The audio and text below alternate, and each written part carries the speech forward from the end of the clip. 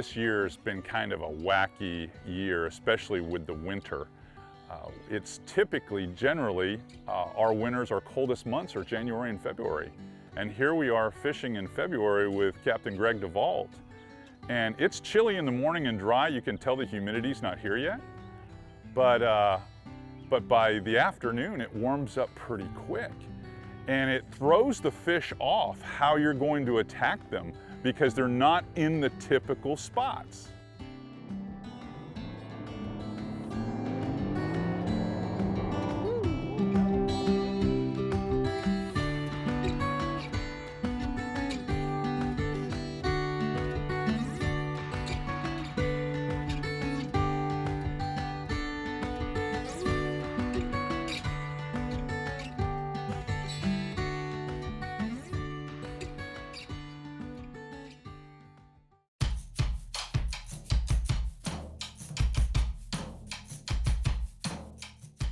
Greg and I have been friends for 20 years, and we guide in some of the same zones, especially out in Louisiana in the summer.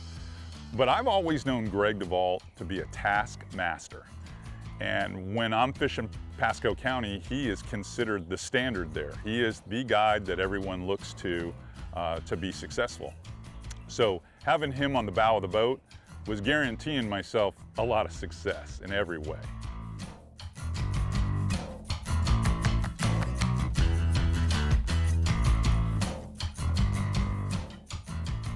If you go straight, kind of where that, there's like a second ripple there. Yeah. It's deeper there. The one thing with these fish is, especially on this tide, they're usually always together. Get right here in the brown spot, and then we'll cast.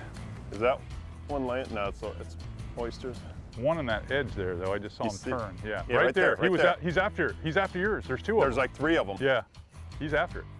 Got it, baby. Nice. Whenever there's more than one. I was like, he was hungry. I thought I saw one there. I wasn't sure. Well, once you sped it up, that was the key. Yeah, they chased. He was all about it then. I didn't see this one. I saw his buddy. I'm gonna just get on the edge of this little sandy spot and power pole down for you. All right. He's not that bad. He's not one of the big ones, No, but that's he's a good nice one. fish. Yeah. Oh, sports coaster. Any of them are good when you're trying to catch them. Yeah, that's right. I couldn't agree more. Come here, buddy.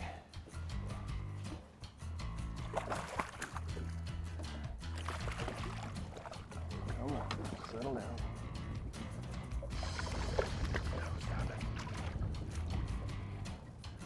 But he feels pretty chilly. He's not bad. He's cold.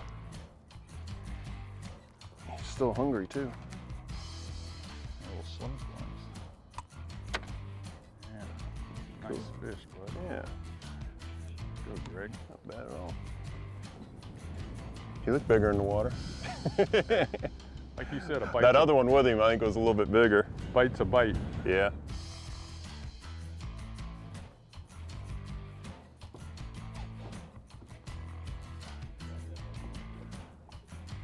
What, is he playing nicer or what? I know it. Fins up.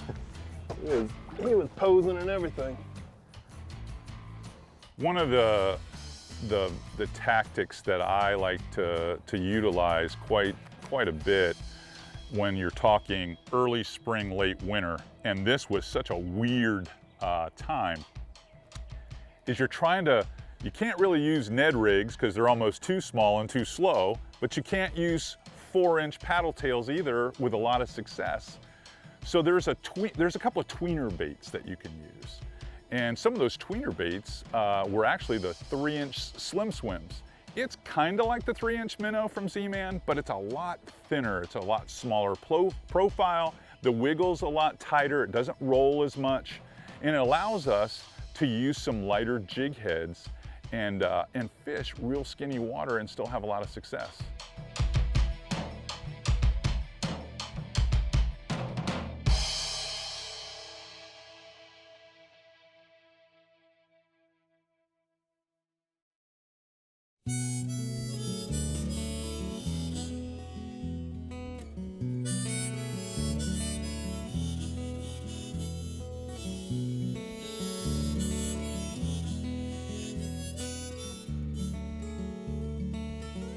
So one of the spots that we tried about mid-morning, the tide was slowing down a little bit, but sometimes you can increase your opportunity by fishing these neck down zones where you can get a little bit of wind and the tide, what little tide there was, in the same direction. And because Greg's a local guide, he knows where the fish are going to be. There we go. I think it's a jack. Yep. Nice fish though. Yeah. Respectable one. You always count on those to warm up the drag washers. Look at them all coming. Those aren't jacks. Those are reds. I know. They cleared them out. I'm gonna throw to those guys real quick while you're having fun. Yeah. It's all right. They going back in? No, we're good. Look at this right in front of me. Look at these redfish. Oh, look at them all. That's the ones we wanted. That's all right. I'm gonna get up ahead of them. Look at them. Golly. That's a good jack. Yeah. I always like to catch stuff, but I kind of wish he'd have held off it for a minute here. Ooh, it's chilly. He thought maybe we could catch some of the redfish in this creek.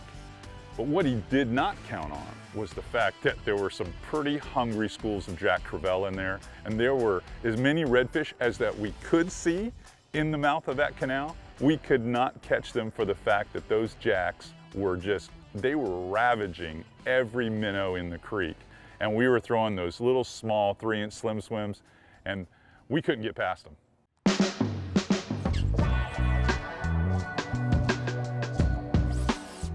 These areas, when you visit, I always like to say, if you go to the Sports Coast, you're gonna be happy whether you catch a lot of fish or not. And the reason I always say that is the fact that between the eagles and the ospreys, the dolphins, the manatees, I mean, there's so much to see there. And it truly is one of the most unspoiled areas along the west coast of Florida.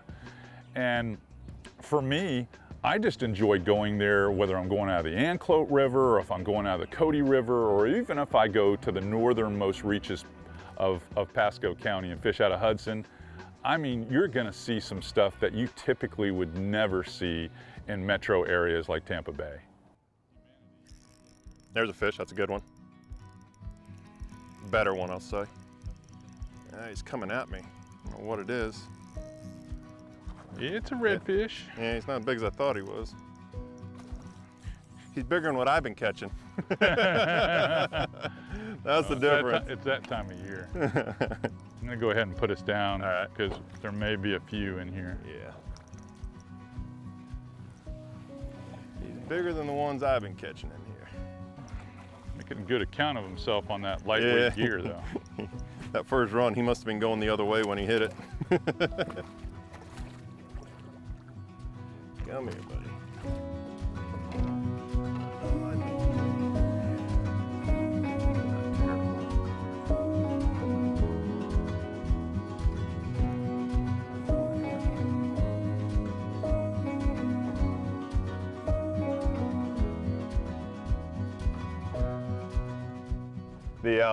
The best part about fishing with someone like C.A. is, in my line of work, I don't get to fish with a lot of people that fish very often. So when I'm on the boat with C.A., I'm on the front of the boat, which doesn't happen very often. So it means I'm the one fishing. I'm not the one controlling the boat. I'm not the one putting the boat where it needs to be and all that kind of stuff. We just, you know, it's a fun day for me. I get to fish, and I get to, you know, whenever you're on the water, you always learn different things no matter what you're doing. So, you know, it might be a way he ties a knot, might be the way he approaches a certain point that I wouldn't think of. So it's a fun day fishing. It's a relaxing day.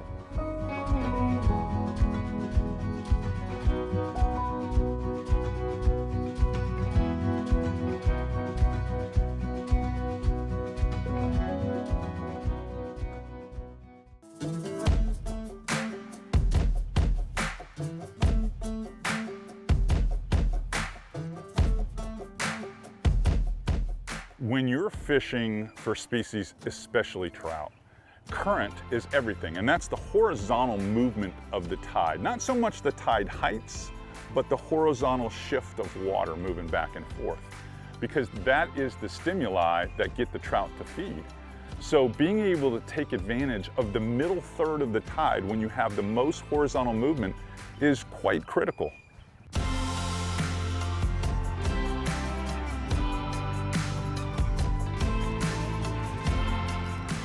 Yeah, buddy, they want white. Digging. Yeah, he's digging. Yeah, it is a trout. It's a nice trout, dude. Yeah. Real nice. Stay on now. A slab. Now, that one hit it a little better when he hit it. Thumped it.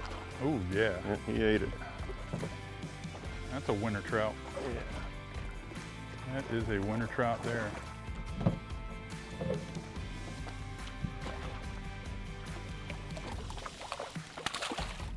Come here. Wintertime trout here on the Sports Coast. There we go. Wow, a hefty one. Good one there. Yeah, he was eating it. Yeah, he was gonna get all of it, huh? He did. Right in the roof of his mouth. Well, at least he wasn't gonna get off. No. Yeah. Even with you holding it, it looks big, dude. Oh, they're all happy with their fins up. Come on, don't get shy now. There we go. Nice. Cool. That notch in his tail. Yeah. Like another trout bit him. Yeah, something took a bite out. Cool. Good job. That's what we're talking about. Yeah. Fishing back here in the back. Better. All we lack is a snook. I know it. And We've seen with them. the Raymarine saying it's almost 69 degrees, that's well within the realm of possibility. Yeah. One of the secrets to making baits work better, artificials, especially when you're fishing zones that are inundated with a lot of bait fish and guides that throw bait fish, is to change the rhythm up quite a bit. But by keeping the bait tight to the bottom with a slow, steady retrieve, but making contact with the bottom, that was key. That was key in us catching redfish, and it was definitely key for us catching trout, because those fish were laying flat on the bottom and we were fishing some deeper holes in many cases, and if you did not have that slow, consistent cadence and keeping that bait making contact with the bottom, well, you weren't actually fishing anymore. You were doing nothing. There's a fish. All right, here we go. Power pole down, keep your balance. Got it. Feels like another trout. Man, if that's a trout, that's a good one. Yeah, it is. One of the really, I guess, cool features of sea trout is the fact that these fish are beautiful. They have that iridescent purple and green back, and they are freckled like no trout you've ever seen. They don't look like that in Alabama or Mississippi, and they darn sure don't look like that in Louisiana. But West Coast Florida, I mean, those speckled trout, they are picture perfect. This is my best one. That's nice. Big old fish there.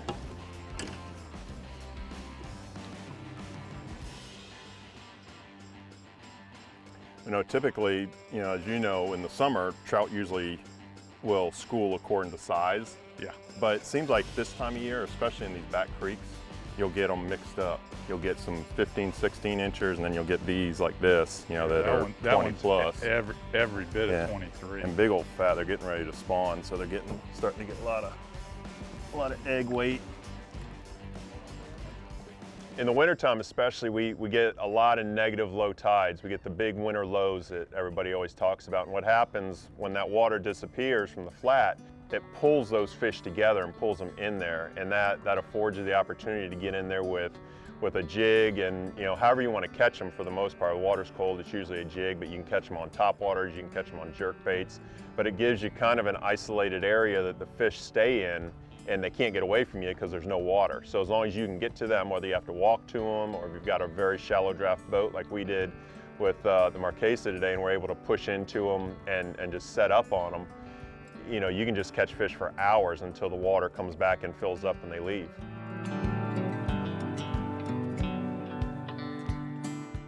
In today's episode, Greg and I really focused on the trout there on the Sports Coast.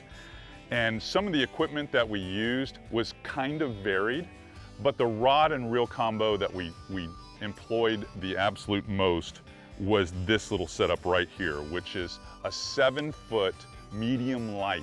And what I mean by medium light is this rod bends deep into the blank. It doesn't have a lot of backbone to it, which is important when you get those violent head shakes from those trout on top of the surface. And remember, trout have a paper soft mouth.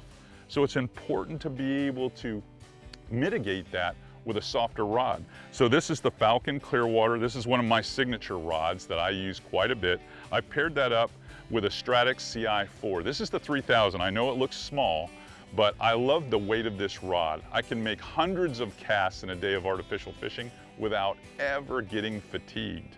Now, the bait that we used is a little bait called the Slim Swims. This is a new size. Typically the Slim Swims is a little over 2 inches, but this is the 3-inch size. It's kind of that tweener size that I was talking about on the boat. The Calico Candy, which gives you that shrimpy look, it's that nice deep orange and red with red flake and a little black pepper. It kind of looks crustacean-like, but it also swims very much like a minnow, and you can see all the action that you get on a tail like this. Now, Greg was not happy with the 1/10 ounce jig head, so he opted for the trout eye jig head quite a bit to throw on this particular bait. Gave him a little bit more casting distance. I told him he'd have to be a little careful because that's a little stouter hook.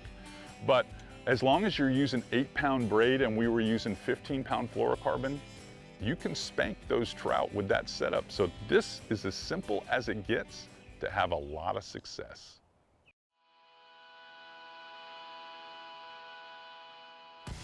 There he is. Oh, Right on the bottom. Right on the bottom. There he is. Oh, golly, I missed it. Yeah, I had one drop. I dropped the last one. That osprey got him one. Oh, look at that. There's more than just one good trout fisherman in here, huh? That one's a little better there, isn't it? Yeah, this is a nice fish. Yep. Try to bring them around. This is the best one we got. Yeah. I missed one twice. Yeah, that one's a little better. I just don't want to make the noise and spook them. This is a real good one here. Mm-hmm. There's one. Golly. I mean, I don't know how you beat this for having no tide. I mean, I'll show everyone where the tide is. It's crazy.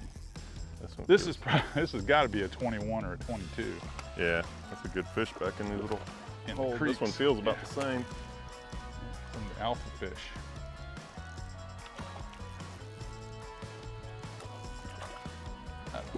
The water's cold. Mm-hmm. God, look at the size of those trout. That is a meathead there. And I'm just using that little trick shots. Cold water is why they don't quit. You've been wearing me out on numbers, but the ones I do catch, Greg, they do matter. Yeah. That is size matters. 1, fishing, right? 2. That's got to be 21 inches. Yeah, at least. so this one's probably 18. Yeah, those are some big fish. Yep. You know what? You showed us basically a Sports Coast bounty today. I mean, it was truly unbelievable. I mean, we catch 2 fish this quality this late in the day. I say we just call it. I think we'll Time to go find some grub ourselves. Whoa, off he goes. Or I should say off she goes. Yep. Yeah, this is a fantastic fishery. I'm envious of you guys getting to work here. Yeah, it's a, the whole area, it's growing, the population is growing and our numbers are growing, but, with the help of everything that, the county, the state, and everything's doing with our fisheries, it's, we're in control of it. And we've got, just miles of shoreline along Pasco County that just have all these creeks and little holes, and this time of year, they're full of fish. I know, and you're less than an hour from Tampa. Yeah. And I mean, the fishing is so good here. Yep. I mean, you can see it today. Oh yeah. I mean, many of these fish won't even make it to the final edit, I'm sure, but I think we put them up, and I think we roll. Cool. For me, Pasco County or the Sports Coast is a pretty cool zone, regardless what time of year you go there. In fact, I would say probably April and May are some of my favorite times to fish there. Not because of the trout fishing, which is so prolific in the wintertime, but because snook fishing and cobia fishing is literally some of the best you'll ever experience all time. They've got a fishery there with southern stingrays and those cobia swimming behind them that is just unmatched. No one has that in that 2 to 5 foot depth. And it's all sight fishing. It's beautiful. Plus, they have their share of tarpon too. Don't discount that one bit.